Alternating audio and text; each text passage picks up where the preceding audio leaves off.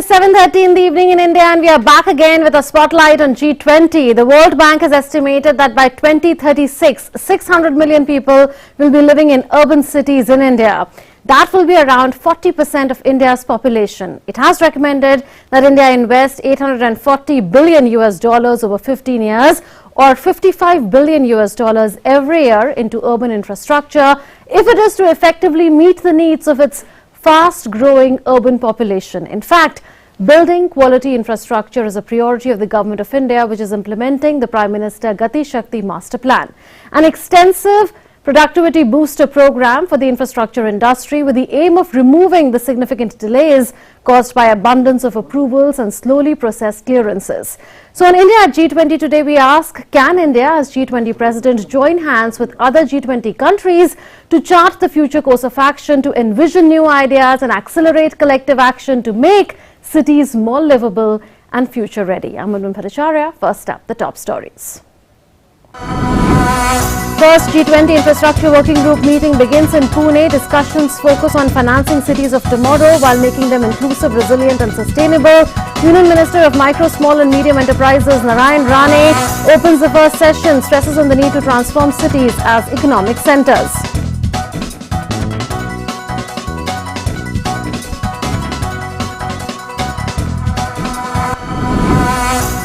Thiruvananthapuram city of Kerala gears up for the first Health Working Group meeting under India's G20 presidency from 18th to 20th January. Meeting to focus on health emergencies, prevention, preparedness and response, access and availability to affordable vaccines, therapeutics and diagnostics and digital health.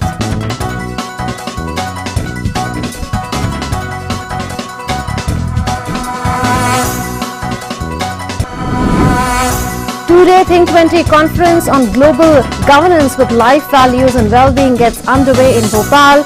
Conference inaugurated by Madhya Pradesh Chief Minister Shivraj Singh Chauhan focuses on fostering cooperation in framework, finance and technology.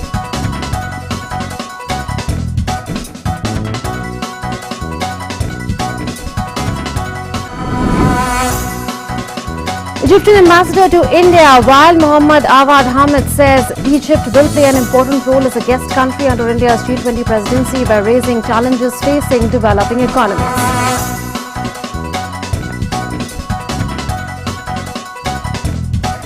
The first G20 Infrastructure Working Group meeting under the G20 India presidency started today in Pune. Over 2 days, the forum will bring together the Infrastructure Working Group member countries, guest countries and international organizations invited by India to discuss the 2023 infrastructure agenda. The meeting is hosted by the Department of Economic Affairs and the Ministry of Finance of the Government of India. Australia and Brazil are the co-chairs. Here's what happened on day one of the G20 Infrastructure Working Group meeting in Pune. The first session of the G20 Infrastructure Working Group meeting in Pune opened by the Union Minister of Micro, Small and Medium Enterprises Narayan Rane. In his address, Rane talked about the prospect of population explosion in the years to come and called for global cooperation to make cities future ready to meet the growing demand. अनुमान बताते हैं कि वर्ष 2045 तक शहरों में रहने वाले लोगों की संख्या 1.5 गुना बढ़ जाएगी। आने वाले 2 दशकों में जैसे जैसे शहरी आबादी बढ़ेगी, शहरों को अनुपातिक रूप से बढ़ती मांग को पूरा करने के लिए तैयार रहना होगा। हालांकि यह अकेले सरकारों द्वारा नहीं किया जा सकता है। He also stressed on the need to transform cities to make them economic growth centers. शहरों की और अधिक योग्य बनाना है। तदनुसार 2023 के अवसंरचना के एजेंडे की प्रमुख प्राथमिकता भावी शहरों का वित्त पोषण है। समावेशी, तन्मय और सतत इसमें भविष्य के लिए शहरी अवसंरचना के साथ शहरों को विकास के आर्थिक केंद्र बनाने की विभिन्न पहलुओं पर चर्चा की जाएगी। The G20 Infrastructure Working Group deliberates on various aspects of infrastructure investments, such as developing infrastructure as an asset class, promoting quality infrastructure investment, and identifying innovative instruments for mobilizing financial resources for infrastructure investment. The outcomes of the Infrastructure Working Group feed into the G20 finance track priorities and promote infrastructure development. The Indian G20 presidency's theme of One Earth, One Family, One Future sets the tone for the 2023 infrastructure agenda. The theme underlines the message of equitable growth and aptly ties up with the central agenda of the discussions, which is building resilient, inclusive and sustainable urban infrastructure. Financing cities of tomorrow, inclusive, resilient and sustainable, is a key focus area of the meeting. Deliberations took place on various facets of making cities economic centers of growth. Financing urban infrastructure, building future-ready urban infrastructure, directing fiscal investments for unlocking private financing for energy-efficient and environmentally sustainable infrastructure and mitigating social imbalances. On the sidelines, Pune meeting was complemented by a high-level workshop on financing of cities of tomorrow. The workshop discussed relevant themes pertaining to technical and managerial capacity needs to build the cities of tomorrow, investors' considerations in increasing private financing, and the financial capacity needs of cities of tomorrow. The G20 meeting was preceded by a number of Jan Bhagidari initiatives by the Pune Municipal Corporation and other Pune city stakeholders, including lecturers on G20, seminar on making cities future ready and importance of urban development. Its aim was to involve people from all walks of life in the discussions happening around the G20 meeting. During India's G20 presidency, the G20 Infrastructure Working Group will be used as a forum to discuss the challenges that cities face and opportunities that cities will bring in the near future and chart out a course that makes cities more livable. With inputs from Shama Mishra and Meghna Dev, Bureau Report, DD India. Along with the sessions of deliberations of G20 Infrastructure Working Group, there was a high-level workshop for the delegates on the topic of financing for the cities of tomorrow. The workshop was co-organized by the Asian Development Bank in support of the G20 presidency under India. Ashok Lavasa, Vice President for Private Sector Operations and Public-Private Partnerships of ADB, and Piyush Kumar, Additional Secretary, Department of Commerce, Ministry of Commerce and Industry, addressed the inaugural session. A discussion on needs of technical and managerial capacity to build the infrastructure for cities of tomorrow was done. Dr. Banadia Janadradevi, who was Secretary General of United Cities and Local Governments Asia Pacific, Ivan Rossignol, Senior Advisor, Strategy and Economic Development, Asian Infrastructure Investment Bank, and Thomas Meyer, CEO, Infrastructure and Finance Advisory, were the speakers who deliberated on the topic.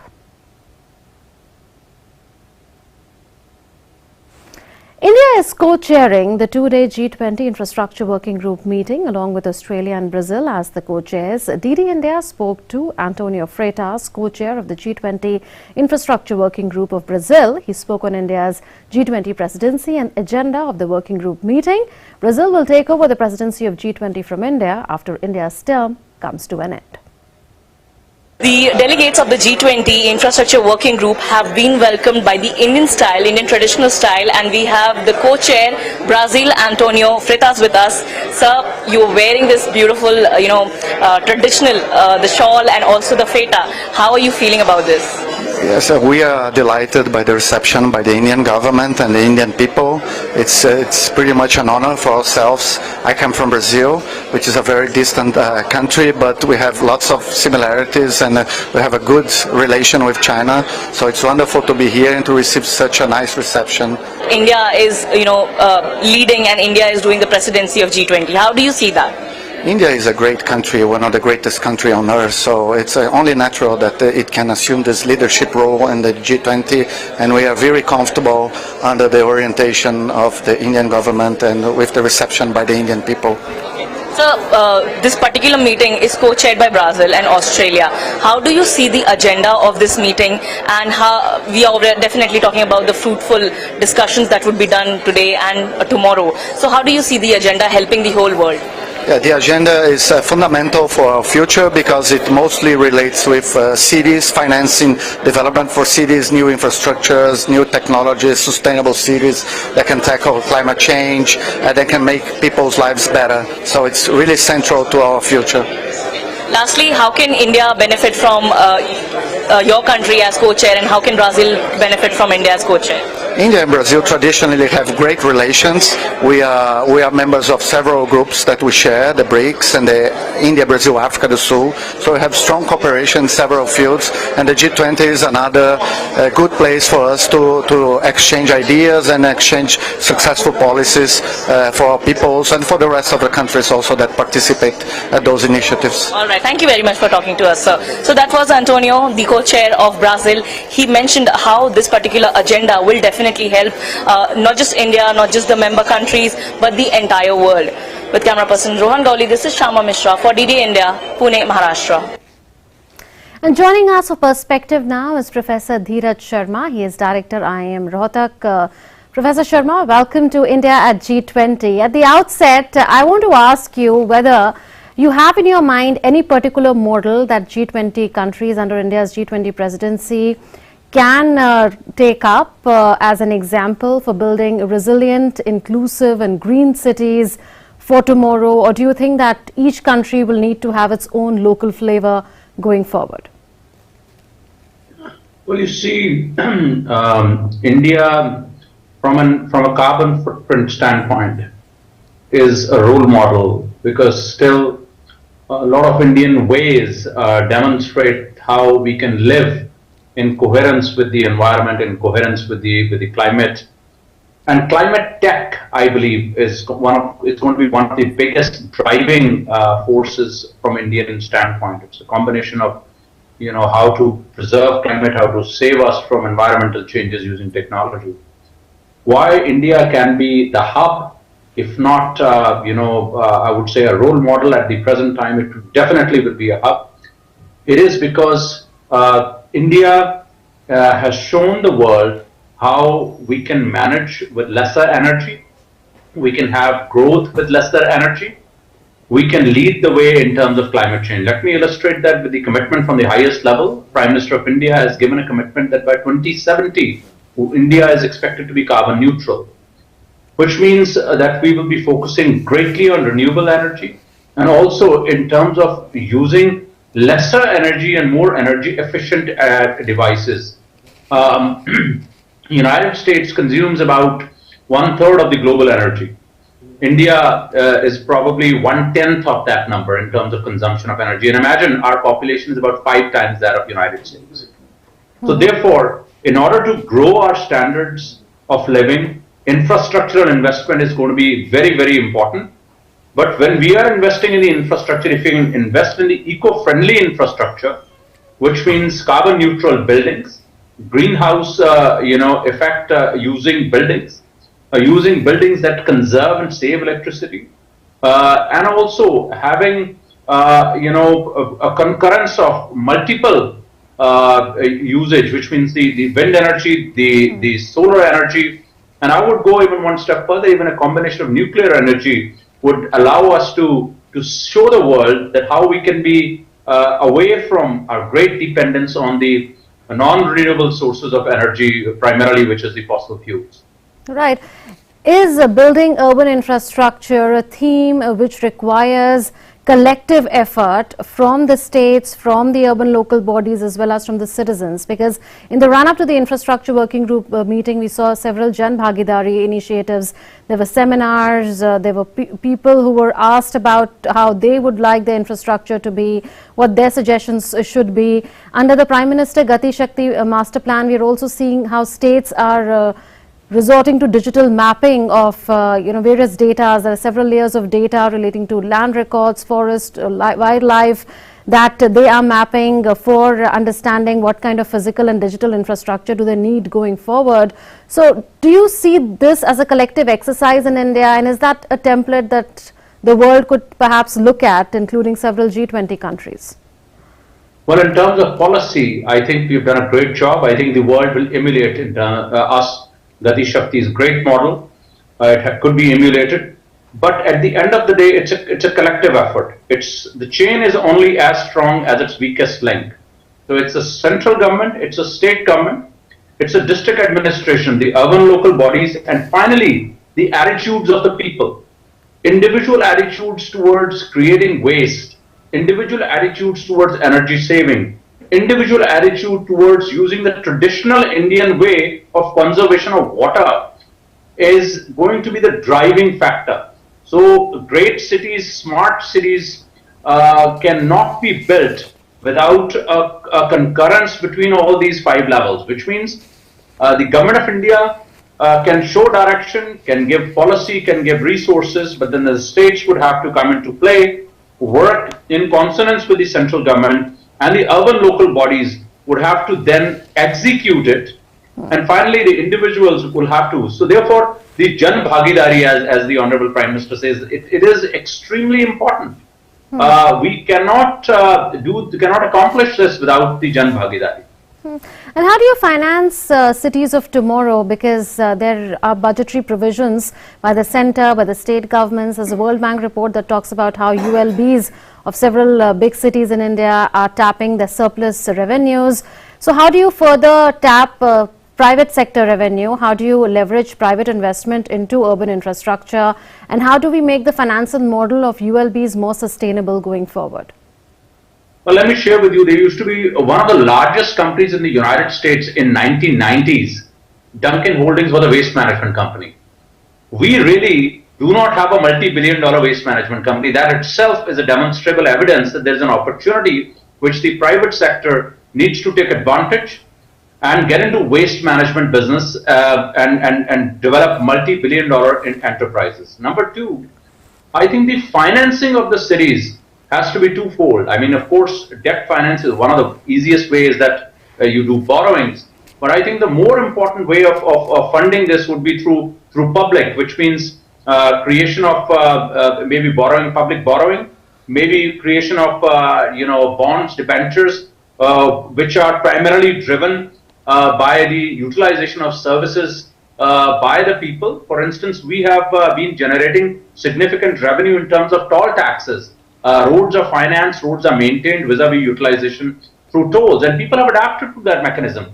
People today appreciate having great roads in India. No person of a sane mind in India would say that Indian road conditions have not improved in the last 7-8 years. They have done very well. And people are paying for it, so which itself is a demonstrable evidence that people are willing to pay for better services. So consequently, better quality of water, better quality of electricity, which means one of the biggest loopholes, let me illustrate, that states like Bihar and Jharkhand, the electricity line losses can be anywhere between 40 to 50%. Even the best performing states like Gujarat and maybe Haryana, the line losses still remain between 9 to 10, maybe 9, 12, 13%. They're still in very late single digit or in 2 digits in one of the best performing states. So all those are opportunities for us to do better in terms of financing those cities. So why Gujarat and Maharashtra tend to have uninterrupted electricity in the cities? It is because they have a very good transmission system. And the transmission is privatized, by the way. The private players come into transmission and revenue collection, and they are making it happen. So I believe that private sector must find opportunities there, and there are opportunities. And it is an opportunity to create many multi-billion-dollar organizations. In 30 seconds, can you summarize actionable points that you would like to see implemented under India's G20 presidency for making cities future ready? I think, first of all, the urban local bodies need to be more accountable. I think the role of the mayors will become very, very important, which means administrative reforms. Number 2, public-private partnership in offering municipality services, which means everything from road cleaning, everything from water, sanitation. And finally, number 3, I believe it has to be, you have to develop a really out-of-the-box thinking model where it could be borrowing at the district level or the city level, state level and central level, a combination of all of them to fund some of the schemes and making them happen. Right. Thank you, Professor Sharma, for joining us with your views, and telling us at the end the 3 actionable points that you would like to see implemented under India's G20 presidency for building world-class urban infrastructure across cities, across the G20 countries, and maybe the low and middle income countries as well that India has invited as guest countries. Let's move on. India is known for its hospitality, and with the G20 presidency, delegates from member countries, invited countries and institutions got an opportunity to experience the same. There was a mega welcome ceremony for the delegates at the Pune University. A group of drummers welcomed them. They were greeted with traditional feta or the turban along with a shawl. A tree plantation activity was also carried out at the university. DD India spoke to the delegates about the warm reception they got in India. They also spoke on the agenda of the Infrastructure Working Group meeting. Take a listen. I'm very impressed, positively impressed about the hospitality. It's been great. Since the airport, we've been warmly welcomed, and it's just been great. We had a taste of the Indian culture, I would say. Even if we're staying for a few days, it has been very great and very warm welcome. So I'm very happy to be here. India has been sort of pushing on very critical issues, especially around urban environments. And I think for India, but for the rest of the world, that's really one of the key challenge. How to sort of manage the urban growth in a sort of sustainable, resilient, and inclusive way. And I think it's a very important topic for the group. So glad that India sort of pushed that. Maharashtra was showcased on the sidelines of the G20 Infrastructure Working Group meeting in Pune. An exhibition showcased the state's tourist attractions, Pune-based startups, art, culture and more. Our correspondent Meghna Dev brings us this report from Pune. The first Infrastructure Working Group meeting has commenced in Pune, and not only the meeting, the G20 Infrastructure Working Group meeting, but also there are a number of exhibits showcasing Maharashtra, its culture and much more is here at the meeting as well. Basically, this is a metaverse creation, and as a very new term, everybody is trying to get into it. What we are creating is Bharatverse, Bharat ka metaverse, and in that we have captured currently what we are showcasing here is a 3D of the Kelkar Museum of Pune. Yeah. Lovely. So that's what, metaverse, definitely, getting people to know the heritage of Pune while they are here at the meeting. Maharashtra Tourism have their own resorts also at 29 places. Also, when we are talking about the industrial development, what is the story that you are telling here to the... We have 289 industrial areas in MIDC. MIDC is a nodal agency, state government nodal agency, which provide the industrial land to investors, those who want to invest in Maharashtra. The people are asking about the speciality of the paper, the life of the paper, because this is a 100% recyclable and sustainable paper. Mostly we are showcasing the bamboo products, from furniture to tabletop articles, from office articles to musical articles, gift articles, as well as jewelries. The rakhis also made from the bamboos. So we also see worldly art here. What is that, the delegates have been asking you, the kind of interest, and what are you telling them? Because this is all natural art. Yes, the Worli art, the Worli tribe are indigenous to Maharashtra. So the delegates usually they know Bombay very well. So I've told them that these are the indigenous tribe from Bombay, and I've told them that these paintings are made from rice paste, and that. And they're depicting nature. So the basic theme is all the things that the Worli art depicts has been inspired by nature and natural things. As we know, the jawar and bajra ragi are more nutritious in our diets, so we follow that one. So they are more interested to minimize their lifestyle disorders. They are more happens now. We'll also take you to one of the startups based in Pune. So we'll talk more on that. Ma'am, can you please tell us what are the reactions that you are getting from the people who are coming here, the delegates who are coming here, showcasing one of the startups from Pune? In fact, they are very excited, and for them it is something very new. So the reaction, Russia and South Africa, they are already into this ancient grain, but they do not know the value addition. So the best part is Pune, and being a Pune startup, and Maharashtra, this is something innovative value addition to the millets, because for them it is not for a human consumption. So this is something a new technology driven, and that is something what we are looking forward, that India or Maharashtra or Pune being the new eye opener for the world to this ancient grain. Showcasing millets at this International Year of Millets while we celebrate Pune is at this meeting is definitely showcasing what more value addition can be done to millets so that it is widely accepted and more easily consumed by people. With camera person Kumar Datta, this is Meghna Dev for DD India from Pune. President of Egypt would be the chief guest at the Republic Day celebrations in Delhi. On this occasion, a panel discussion on India-Egypt ties and changing global order was held at Sapru House in Delhi. India sees this visit as a very important step towards further strengthening the bilateral ties. Egypt is a very important player in the Arab world, not only in Arab world but in Africa. So our relationship also goes way back, both in the historical context as well as in the modern context. So we are looking forward to this visit. President Sisi would have bilateral, engagement with our Prime Minister, and also have discussions, on the bilateral and regional and international issues. He will also have a business meet and then participate as chief guest in the Republic Day celebrations. Importantly, as G20 president, in fact, under India's G20 presidency, Egypt said that it will be taking up issues which are being faced as challenges by the developing nations.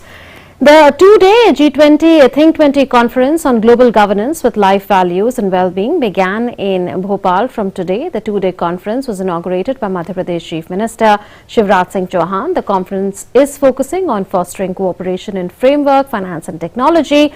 Nearly 300 delegates from about 44 countries are taking part in the summit. Discussions took place on several global issues, including the economy. Think 20 is one of the engagement groups of G20 and serves as the Ideas Bank under India's G20 presidency. The first health working group meeting under G20 India presidency will be held from 18th to 20th January in Thiruvananthapuram, the capital of Kerala. India's G20 presidency will focus on three main priorities: health emergencies prevention, preparedness and response being one, with focus on One Health and AMR or antimicrobial resistance. Strengthening cooperation in pharmaceutical sector with focus on access and availability to a safe, effective, quality and affordable medical countermeasures of vaccines, therapeutics and diagnostics, and digital health innovations and solutions to aid universal health coverage and improve healthcare service delivery. The health track of the G20 India presidency will comprise 4 health working group meetings and 1 health ministerial meeting. The meetings will be held in different locations across the country, including Thiruvananthapuram in Kerala, Goa, Hyderabad in Telangana and Gandhinagar in Gujarat, highlighting Prime Minister's call to action to showcase India's rich and diverse cultures. The theme unveiled by Prime Minister, One Earth, One Family, One Future for India's G20 presidency, captures India's philosophy of Vasudhaiva Kutumbakam. It is a clarion call to the world to collectively work towards building a healthier post-pandemic world. And with that, we come to the close of this edition of India at G20. Thanks for watching.